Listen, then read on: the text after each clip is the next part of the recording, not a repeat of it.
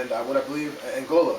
So we spoke about culture, religion, state formations, and things of that nature.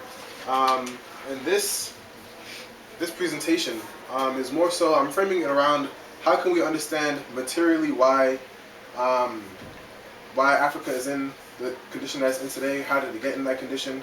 So I have some kind of guiding questions that I felt like were important to really get at the core of what I'm trying to get across in this short amount of time. So the questions are: what is the mode of production? What are the means of production? What is or why is the social division of labor? Why is there? What is necessary labor? What is surplus labor? And why do you think these are important or unimportant in the history of Africa? So, briefly, I'm going to go over these and just lay out a functional definition of each one. I'm going to read it, and then I want somewhere from the crowd to kind of paraphrase it back to me, so we can kind of like work up this functional definition, so we can understand how did Africa end up materially in this condition. How did one of the richest continent end up being one of the poorest continents, or the poorest. But before we get into that,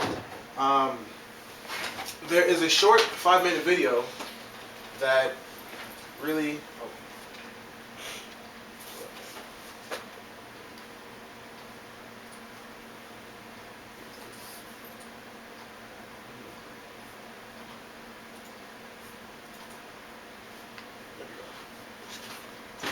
Divide can be traced back to short video that's gonna just go over a brief history of Africa, and I want you to take notes or just write down one question or something you feel that was struck you as important.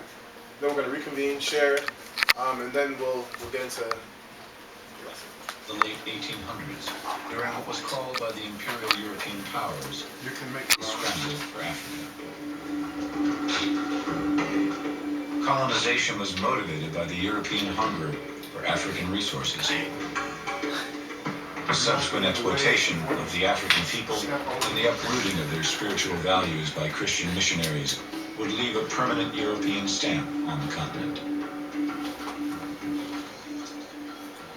The mindset is European hunger for African resources. The subsequent exploitation of the African people and the uprooting of their spiritual values by Christian missionaries would leave a permanent European stamp on the continent. the mindset is the barbarians are backward and inferior, and for their own benefit we have to uplift them and civilize them and educate them and so on.